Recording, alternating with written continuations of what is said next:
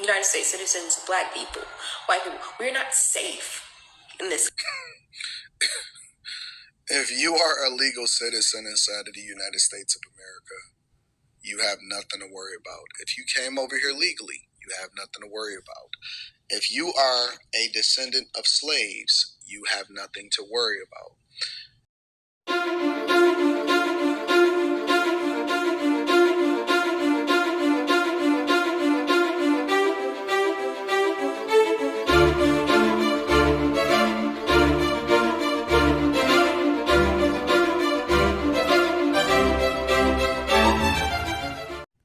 Some 20 million citizens of the United States stand at risk of being deported or having their citizenship revoked. The crime?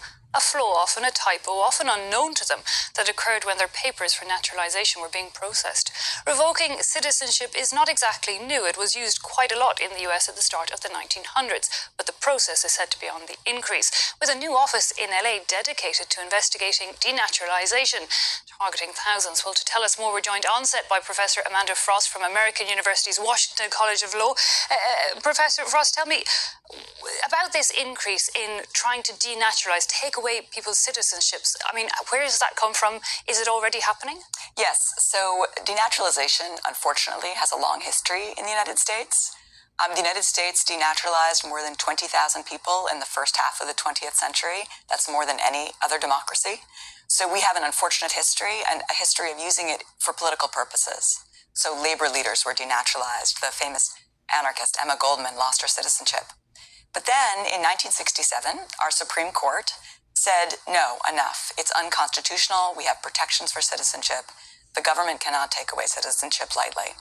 And for about 50 years, both Republicans and Democrat administrations did not use denaturalization, or very rarely. Former war criminals, Nazi officials who'd escaped to the U.S., who had lied about their past, they were denaturalized. About 10 or 11 people a year, that was it. Now, over the last 2 years, we've seen a very sharp increase in denaturalization under the Trump administration. And where does that come from? Because it did start a little bit earlier than when Trump came to office and has gotten increasingly worse. Yes, and in fact, the Obama administration really started the effort, but in a very small-scale way. What happened was there was fingerprints of individuals who'd been found to have committed immigration violations in the early 1990s, and they took fingerprints but never uploaded them into a database. So 20 years later, they realized there were a few people who'd received citizenship who maybe shouldn't have. And the Obama administration started to investigate this. But they also said, we're not going to denaturalize every person for whom we discovered a flaw in the past. If somebody has proven themselves to be a good citizen, no criminal record, they lived in the U.S. many years, they are married to a U.S. citizen or have close relatives who are U.S. citizens, we will not denaturalize them, even if under the law we could. That's what's changed. Indeed, because reading some of the articles about in the last 2 years, people who have been living maybe 3 decades in the U.S. Yes. are now having that citizenship revoked and they've committed no crime. Yes, exactly. So the first 3 men who were targeted under what's called Operation Janus, which is the name both the Obama administration and now the Trump administration used for their denaturalization program, the first 3 men targeted have all been citizens for more than 10 years, have no criminal convictions, and at least 2 of them are married to U.S. citizens. So these are people who have been long-time, upstanding U.S. citizens and then lived in the U.S. for decades more. And yet now they have lost their citizenship or in the process of losing it and could be deported.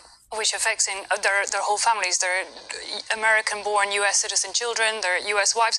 But why have they had this revoked? I mean, where does the motivation come from? So that is a great question. And I pull back the lens and look at the immigration policies generally of the Trump administration.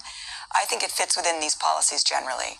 The Trump administration, like many before it, started off by targeting undocumented immigrants, those who are not legally in the U.S.